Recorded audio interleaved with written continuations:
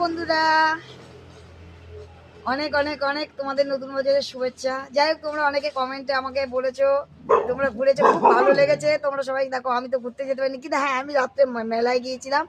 আমার এই মেলায় বলতে দেখো, আমার ছোটো ছেলেটা বায়না করলো, তাই একটুখানি গেলাম। আমার মেলাটা খুব একটা পছন্দ হয় না, আমি ভালোবাসি না খুব একটা মেলা যাওয়াটা। তা যাই হোক, ছোটো ছেলে হ্যাঁ কিনেছি, দুটো কানের কিনেছি।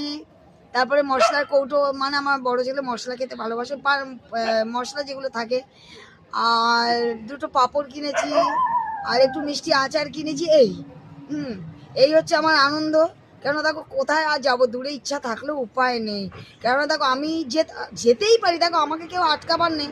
কিন্তু ব্যাপারটা কি বলতো, আমি যাই না কেন জানো তো? দেখো, আমি যদি সকালবেলা চলে যাই, দেখো কোনো জায়গায় গেলে সেটা সকালবেলা অবশ্যই বেড়াতে লাগে, কিন্তু ব্যাপারটা চিন্তা করি, তোমার বাচ্চাগুলো তো একবেলা না খেয়ে থাকবে। এবার রাত্রে দেখো কখন ফিরবো না ফিরবো তার ঠিক নেই। যাওয়াটা নিজের ইচ্ছা, আসাটা পরের ইচ্ছা। তাই এই জন্যই আর যাই না, যে দেখা যাক ভগবান যদি কোনো সময় চায়। যাই হোক, তোমাদের আশীর্বাদ, তোমাদের ভালোবাসার জন্যই আমি অনেক মানে এগোতে পারি। জন্য তোমরা আশীর্বাদের হাতটা মাথায় রেখো। আমি যেন এই নতুন বছর, পুরনো বছরদের শুরু করেছি ফেসবুকে, নতুন বছরের জন্য আমি যেন আমার বাচ্চাদের জন্য সারাটা বছর খাওয়াতে পারি, এই আশীর্বাদটুকুই আমাকে করো।